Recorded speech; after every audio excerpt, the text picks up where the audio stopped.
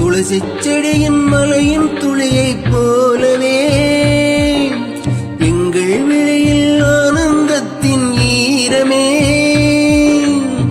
பூவில் ஒரு பாத்திரம் நாம் சேர பார்க்கலாம், பால் சோறை போட்டலாம், பறவைக்கும் ஊட்டலாம். குடைபிடிக்கும் தென்னை மரம் நமது குணம் சொல்கிறதே.